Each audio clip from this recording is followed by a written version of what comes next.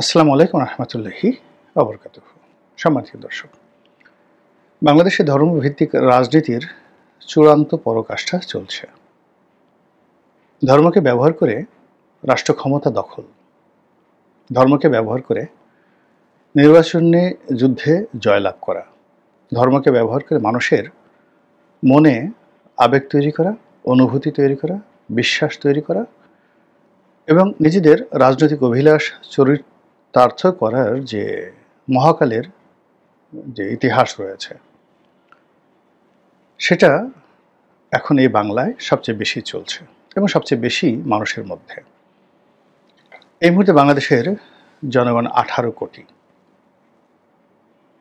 এই 18 কোটি মানুষের মধ্যে যেভাবে বেহেশতের টিকিট বিক্রি করা হচ্ছে, যেভাবে সৎ লোকের হাতে শাসন তুলে দেওয়া হোক, বা নিজেদেরকে অলৌকিক পুরুষ, অসম্ভব পুরুষ, মহামানব এবং বিধাতা, আল্লাহ, খোদা, আপনি যেটাই বিশ্বাস করেন না কেন, তার প্রতিভূ মানে তার রহমত এবং বরকত বা তার খলিফা রূপে এই জমিনে কিছু মানুষ বলার চেষ্টা করছেন যে তার আল্লাহর খলিফা রূপে আমাদের দায়িত্ব হলো কোরআনকে বাস্তবায়ন করা, তার ধর্মকে বাস্তবায়ন করা, তার ইচ্ছা, আশা, আকাঙ্ক্ষাকে বাস্তবায়ন করে, এবং এটার সঙ্গে আপনারা যারা যুক্ত হবেন তারা জান্নাতি, আর যারা যুক্ত হবেন না তারা জাহান্নামী, দোজখী ইত্যাদি। তো এই যে বক্তব্যগুলো বাংলার আনাচে কানাচে এই গত একটি বছরে যেভাবে মসজিদে, তারপরে দেবালয়ে, ধর্মালয়ে, মাঠে, ময়দানে, মাহফিলে, এমনকি রাজনীতির যে সভা সমিতি সমাবেশ রয়েছে, সেখানে যতটা প্রচার করা হচ্ছে, এটা স্বাধীন বাংলাদেশে কোনোদিন হয়নি, পাকিস্তান জমানাতে কোনোদিন হয়নি, আর পৃথিবীর অন্য কোনো দেশে কখনো হয়নি। রাজনীতিতে ধর্মের ব্যবহার নিয়ে আমি কিছু ইতিহাস বলবো, কিন্তু তার আগে মূল কথাটা বলে নেই, যাতে করে যারা আপনার ইতিহাস শুনতে চান না, গল্প শুনতে চান না, ইতিহাসের কাহিনী শুনতে চান না, সেই সম্রাট জাস্টিনিয়ান, সম্রাট কনস্টান্টাইন, ফেরাউন রামসিস দ্য সেকেন্ড থেকে শুরু করে আলেকজান্ডার, তারা সবাই ধর্মকে কিভাবে ব্যবহার করেছেন এবং কিভাবে পরাজিত হয়েছেন সেই কাহিনীগুলো বলবো। কিন্তু তার আগে যেটা বাংলাদেশে বলে নেই, সেটা হলো খোলামেলাভাবে বলতে গেলে ইসলামিক দলগুলো, সেটা খেলাফত মজলিস, মামুনুল হক সাহেবের খেলাফত মজলিস ধরেন, চরমনায় পীর সাহেবের দল ইসলামী শাসনতন্ত্র আন্দোলন ধরেন বা ইসলামী আন্দোলন মনে করেন, অথবা জামায়াত ইসলামের কথা ধরেন, তারা সবাই তাদের রাজনৈতিক প্রচার এবং প্রোপাগান্ডাতে ধর্মকে তারা এক নম্বর শক্তি, এক নম্বর হাতিয়ার হিসেবে তারা ব্যবহার করার চেষ্টা করছেন। এবং তারা যদি এইবার পরাজিত হন, মানে এইবার যদি তারা বিজয়ী না হতে পারেন, আগামী 50 বছরে বাংলাদেশে ধর্মভিত্তিক রাজনীতির কুল কিনারা পাবেন না। এর কারণ হলো এখন বিভেদটি এত প্রবল হয়ে পড়েছে। ধর্মভিত্তিক রাজনৈতিক দলের ঐক্য, তাদের ন্যারেটিভ, তাদের কথাবার্তা এবং তাদের কর্মকাণ্ড বনাম তাদের বিরুদ্ধ রাজনৈতিক পক্ষ, বিশেষ করে বিএনপি আর আওয়ামী লীগ তো আছেই। তা আওয়ামী লীগ যেহেতু এখন রাজনীতির সম্মুখ সারিতে নেই, দূর থেকে তারা হাসছে, মুচকি হাসছে এবং মুখ ঝুলিয়ে ঝুলিয়ে বলছে, দেখো আমাদেরকে তাড়ালে এখন বুঝো মজা, কত ধানে কত চাল। তো বিএনপির যারা লোকজন, তারা এই সময়টিতে ধর্মভিত্তিক দলগুলো, তাদের নেতাদের কথাবার্তা শুনে এতটা বিরক্ত, এতটা বিক্ষুব্ধ এবং এতটা সংক্ষুব্ধ, যেটা আওয়ামী লীগও ছিল না এগুলো এদের প্রতি। এর কারণ হলো যে ধর্মভিত্তিক রাজনৈতিক দলগুলোর সঙ্গে বিএনপির অতীতের সখ্যতা, এবং এই ধর্মকে পুঁজি করে বিএনপিও রাজনীতি করেছে। সেই সংবিধানে বিসমিল্লাহির রহমানুর রাহিম সংযুক্ত করা, ইসলামী দলগুলোকে প্রতিষ্ঠা করা, জামাত ইসলামীকে রাজনীতিতে নিয়ে আসা এবং সর্বশক্তিমান আল্লাহর প্রতি বিশ্বাস এবং আস্থার পাশাপাশি এটিকে একটা সেমি ইসলামিক রাষ্ট্র হিসেবে প্রতিষ্ঠিত করা। এই জন্য বিএনপি প্রথম থেকেই কাজ করে আসছে। বিশেষ করে 2001 সনে বিএনপি এবং জামাতের যে জোট সরকার হয়েছিল, সেই জোট সরকারের কারণে রাষ্ট্রের রন্ধ্রে রন্ধ্রে, অলিতে গলিতে, গ্রামে গঞ্জে যেভাবে সেই ধর্মভিত্তিক রাজনীতির যে বীজ এটি বপন করা হয়েছে, তা এখন 2025 সনে এসে 25 বছরে ফুলে ফলে শোভিত হয়ে ধর্মভিত্তিক রাজনীতি যারা করেন তাদের সবার জন্য বসরার গোলাপের বাগান, চাঁপাই নবাবগঞ্জের আম লিচুর বাগান, সাভারের কাঁঠালের বাগানে রূপান্তরিত হয়েছে। আর বিএনপির জন্য সেই যে 2001 সনের যে ধর্মভিত্তিক রাজনীতির যে বীজ বপন করা হয়েছিল প্রশাসনে, মাঠে ময়দানে, তা বিএনপির মদদে তা এখন বিএনপির জন্য এক একটা বীজ বৃক্ষে রূপান্তরিত হয়েছে, যা বিএনপি মোকাবেলা করতে পারছে না।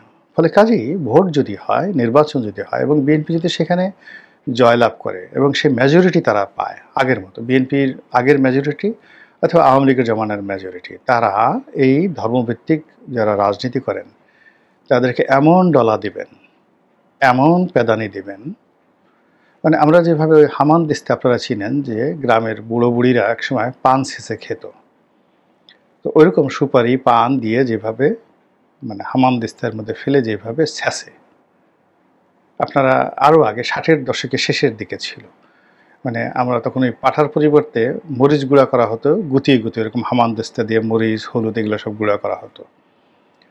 আর ছোট যেটা ছিল মানে পান ছ্যাঁচনি বলা হতো, পান ছ্যাঁচুনি, কিন্তু পরিশুদ্ধ ভাষায় হলে সেটা হামান দিস্তা।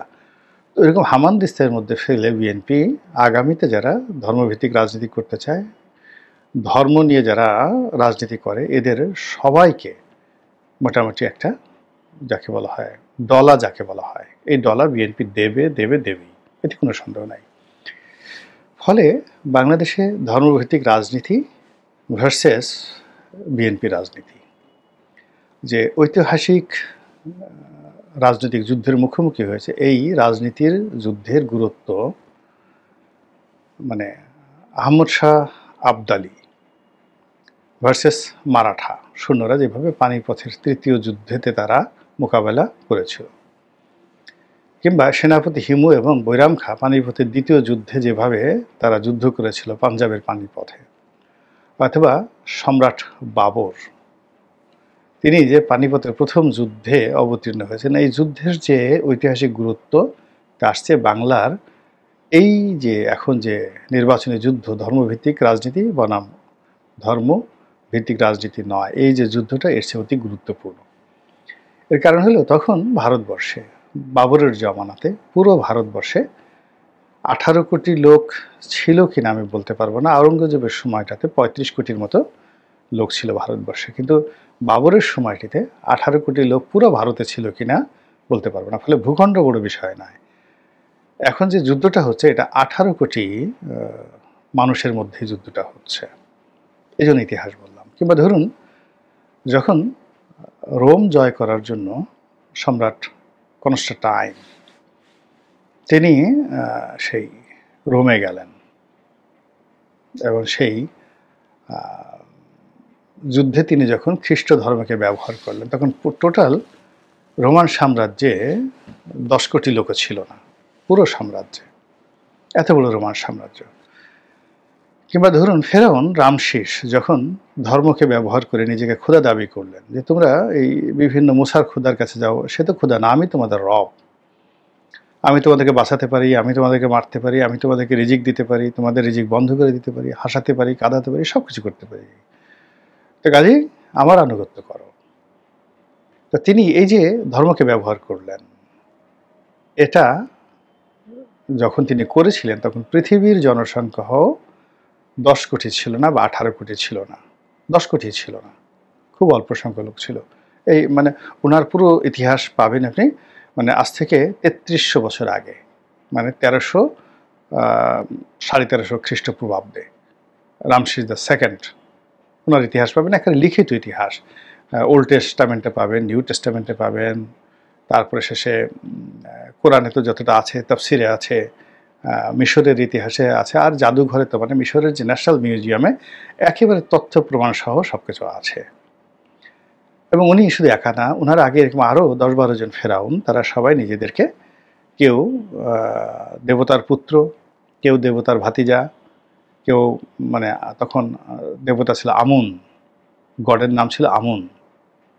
আবার ধরুন এই যে আরবে যে দেবতা ছিল লাত, মানাত, উজ্জা, ৩ জন মহিলা কন্যা বলা হতো। এরা হলো আল্লাহ, তারা আল্লাহকে মানত। আল্লাহর ৩ জন কন্যা এই পৃথিবীতে পাঠিয়েছে লাত, মানাত, উজ্জা রূপে। এই লাত এই কাজ করে, মানাত এই কাজ করে, উজ্জা এই কাজ করে। এরা ওই ধর্মকে ব্যবহার করে মানে আইএমএ জাহিলিয়াতের যুগে মূলত তারা রাজনীতি করেছে, ব্যবসা করেছে, বাণিজ্য করেছে। আরবের সকল উপজাতিরা সবাই মিলে তাদের ৩৬০টি গড ছিল বা গডেস ছিল। তো তারা বলল যে এই তোমাদের যে ৩৬০টি যে মূর্তি আছে বা গড আছে যাদের পূজা তোমরা করো, আমাদের এই গড হলো তোমাদের ওই গডের মুরব্বী বা গড অফ দ্য গডেস বা গড অফ দ্য গড। তো কাজেই এদের মূর্তি থাকবে উপরে, লাত, মানাত, উজ্জার মূর্তি থাকবে উপরে, আর তোমার অন্যান্য যারা আছে, হোবল আছে, যারা যারা আছে এরা সবাই নিচে থাকবে। মানে লাত, মানাত, উজ্জার পরে সবচেয়ে পাওয়ারফুল যে মূর্তি ওটা ছিল হোবল দেবতা। তো হোবল ছিল তায়েফ, মানে আরবের মধ্যে ওই সময়টাতে সবচেয়ে বেশি পাওয়ারফুল যে জাতি এবং অর্থবিত্ত ছিল তায়েফের লোকদের। এবং এখনও গিয়ে দেখবেন শস্য শ্যামলা বসুমতী তায়েফ। তো এই যে অতীতে ধর্ম নিয়ে যারা রাজনীতি করেছেন আইএমএ জাহিলিয়াতের যুগে, এমনকি আপনি যদি ধরেন গ্রিসে যান, গ্রিস দেবতা ভেনাস, অ্যাপোলো, জিউস, এই নামগুলো আপনারা শুনছেন না? এই দেবতাগুলো তৈরি করা হয়েছে মূলত রাজনীতি করার জন্য। আবার এই যে আলেকজান্ডারের কথা প্রথম দিকে বললাম, একই অবস্থা। আলেকজান্ডারকে বলা হতো, আলেকজান্ডারের মায়ের নাম ছিল অলিম্পাস। তো বলা হতো যে এই এক দেবতার সঙ্গে তার সঙ্গম হয়েছে এবং সেই ঘরেই মূলত আলেকজান্ডার পয়দা হয়েছে। এবং সাপের আকৃতি ধরে সেই মানে তার মায়ের কাছে এসেছিল সেই দেবতা, জাস্ট লাইক এ স্ন্যাক। আপনি পড়ে দেখবেন ইতিহাসে। কাজেই এ হলো অজেয় দেবতা পুত্র, তার শরীর থেকে রক্ত ঝরবে না এবং তাকে কেউ পরাজিত করতে পারবে না। এই যে একটা যাকে বলা হয় ন্যারেটিভ চালু করে দিয়েছিল এবং ওটাকে ভাঙার ক্ষমতা তৎকালীন বিশ্বের ছিল না। ফলে তার তলোয়ারের সামনে মূলত তাকে দেবতা মনে করে কেউ দাঁড়ায়নি। তো এভাবে যুগে যুগে কালে কালে সবসময় ধর্মকে ব্যবহার করে, আল্লাহকে ব্যবহার করে, খোদাকে ব্যবহার করে সবাই রাজনীতি করার চেষ্টা করেছে। এখন আমাদের এই সমাজে মানে যেটা প্রচলিত আধুনিক কোনো, আমি কিন্তু কোনো ধর্মমতের সমালোচনা করছি না। আমি যেটা বলছি যে যারা ধর্ম নিয়ে রাজনীতি করে তারা ধার্মিক নয়, আর যারা ধার্মিক তারা ধর্ম নিয়ে কখনো রাজনীতি করে না। এটা একটা ন্যারেটিভ আমাদের দেশে আছে। তো এখন এই যে আমাদের দেশে যে রাজনীতিটা চলছে, 18 কোটি মানুষকে ধর্মের বন্ধনে আবদ্ধ করে, ধর্মীয় নীতি এবং আদর্শকে প্রচার করে এবং নিজেদেরকে ধর্মের প্রতিভূ হিসাবে, যে আমরা তোমরা যদি ধর্ম পালন করে দেখো আমাদের মতো ভালো মানুষ হতে পারবা, আমরা চুরি করি না, চুট্টামি করি না, বদমাইশি করি না, আমাদের হাতে যদি রাষ্ট্র ক্ষমতা দাও, তোমাদের স্ত্রী, পুত্র, সন্তান, সন্ততি 71-এ যেগুলো বলছে ধর্ষণ শাসন করছে, এগুলো মিথ্যা কথা, এগুলো কোনো কিছু মিথ্যা না, আমরা এগুলো করি না। এগুলো সব আওয়ামী লীগের লোকজন করেছে, ভারতীয় লোকজন করেছে, পাকিস্তানিরা করেছে, আমরা এগুলো করি না। আমরা ধর্মকর্ম করি, ভালো মানুষ, সুবহানাল্লাহ, আলহামদুলিল্লাহ, আল্লাহু আকবার। তো কাজে আমাদেরকে যদি তোমরা ক্ষমতায় বসাও তাহলে আমরা তোমাদের যে গনিমতের মাল এটাকে আল্লাহর মাল হিসেবে মনে করব। আমরা তোমাদের জীবন এবং যাকে বলা হয় গনিমতের মাল না, তোমাদের মাল, সামান, জীবন, যৌবন আমরা গনিমতের মাল মনে করব না, এটা আমানত, আল্লাহর দে আমানত মনে করবো এবং এটা আমরা মানে সংরক্ষণ করব। এবং কিয়ামতে দুনিয়াতে তোমাদেরকে বুঝাই দেবো, কিয়ামতেও তোমাদেরকে বুঝাই দেবো। আমাদের ভোট দাও 19-20 হলে আমরা আল্লাহর কাছে জবাবদিহি করব। আমরা দরকার হলে তোমার অন্যায় করলে জাহান্নামে চলে যাব। তো এইভাবে যারা সাধারণ মানুষ তাদের মধ্যে যে ন্যারেটিভগুলো তৈরি করা হচ্ছে ওয়াজের ময়দান থেকে সব জায়গাতে, এটার একটা চূড়ান্ত পরাকাষ্ঠা জনাব দেলোয়ার হোসেন সাঈদী সর্বোচ্চ চেষ্টা করেছেন। এখন আবার তার জায়গাতে আজাহারিকে আনা হয়েছে। আজাহারির যে মঞ্চগুলোকে কেন্দ্র করে মানে জেনারেল রোমেল, ফিল্ড মার্শাল রোমেলকে যেভাবে সুপারস্টার হিটলার বানিয়েছিলেন, অজেয়, মানে অবাকটা হলো যে তিনি যুদ্ধ করতেছিলেন অপারেশন ডেজার্ট ফক্স হিসাবে দ্বিতীয় বিশ্বযুদ্ধের সময়, কিন্তু তিনি কোনো যুদ্ধে জয়লাভ করতে পারেননি, ফিল্ড মার্শাল রোমেল। কিন্তু হিটলার জার্মানির বার্লিনে বসে তিনি প্রচার করছিলেন যে প্রতিদিনই ওখানকার যত সংবাদপত্র, তিনি ভুয়া নিউজ প্রচার করছিলেন যে আজকে লিবিয়া দখল করা হয়েছে, কালকে মধ্যপ্রাচ্য দখল করা হয়েছে এবং আজকে মিত্রশক্তির এই বিমান ফেলে দেওয়া হয়েছে ইত্যাদি ইত্যাদি নানা রকম, মানে ফিল্ড মার্শাল রোমেলকে রীতিমতো আলেকজান্ডার বানিয়ে ফেলা হয়েছিল, কিন্তু তিনি আসলে যুদ্ধক্ষেত্রে কিছুই করেননি এবং তিনি বুঝতেও পারেননি যে তাকে নিয়ে ইউরোপে এই ঘটনা ঘটছে। আর ওখানে যে যুদ্ধের মরুভূমিতে যে যুদ্ধ হচ্ছে সেই তথ্য ওয়েস্টার্ন ওয়ার্ল্ড রাতারাতি সেটা